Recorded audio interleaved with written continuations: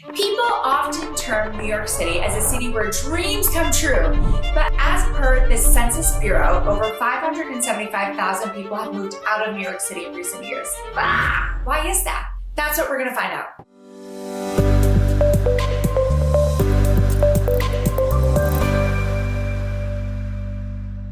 Hello and welcome to Luxury Living NYC. I'm Erin Wheelock, part of your global real estate team of choice, the Wheelock team at Keller Williams. I mentioned to start that over 500 and almost 550 people moved out of New York City. And the population today has shrunk by around 9% since 2020. But the fun fact is that the population shrunk not because of people moving out, but because people not choosing to move here. And that's why in this video, we will talk about the reason why people are not moving to New York City. And of course, stay tuned for a bonus tip is always waiting for you at the end. Now let's not waste any more time. Starting with number 5, New York City housing prices are off the roof. Now, before moving to a new place, anyone checks what's going on in the real estate market of a particular place, and the housing market in New York City, well, it's not looking good as a whole. The median home in New York City costs $800,000, which is quite a bit higher than the national average. This discourages people from moving there when rather affordable options outside of New York City like New Rochelle, Stamford, etc.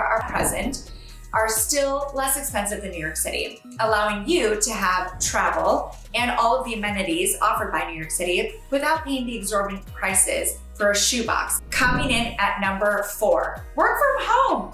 This really goes back to the prices as well, but quite frankly, if you could work from anywhere, why not work on a beach in New York? Get paid the New York salary, but you're on a beach. I mean, I can't really blame the people, can I? So that's definitely a big reason why people are not moving here. They can get the job here, but work from anywhere. Number 3, the job market has shifted a lot. For the past few years, many companies have left New York State because it is too expensive to do business there. Companies that have been moving to states like Texas and Florida that are better for business, especially tax-wise, right? Businesses that shut down take jobs with them. Many jobs in New York State are becoming less open because of this trend. Finance, technology, and manufacturing are some of the industries that are being affected the most. These fields have generally done well in New York City, but are finding it easier to do business elsewhere. People are competing hard for the few jobs that are still open in New York City. The job market is full of suitable people because there are so many high-skilled workers, many of whom graduated from top universities. This makes it harder for newbies to get jobs, especially in fields that people want to work in. Coming in at number 2, let's talk about the taxes. Both the ridiculous housing costs and companies leaving New York City have a common link: the taxes. Taxes in New York City are so ridiculously high that you end up paying almost 50% of your earnings to the government. The income tax rate in New York City is 3.078 to 3.876%. This is on top of the 4% to 10.9% tax rate in the New York State, for a total of 7 to almost 15%. The total sales rate tax is 8.875%, which is made up of 4.5 city and 4% state tax, and 0.375% MCTD fee. Land tax rates are usually about 1.73%, but they can be higher or lower depending upon where the land is located and how much it's worth and what's sitting on top of it. These taxes make anyone living in New York City's life a living hell. And people who don't live here learn about these taxes and many times choose not to move here. Number 1, well, New York City's weather hasn't done us any favors. So we have what I like to call the extremes. It gets super cold in the winter. And listen, I'm from Wisconsin, so I understand what cold is. But the problem is, here in New York City, we live in a community of walking and subways, public transportation, things like that.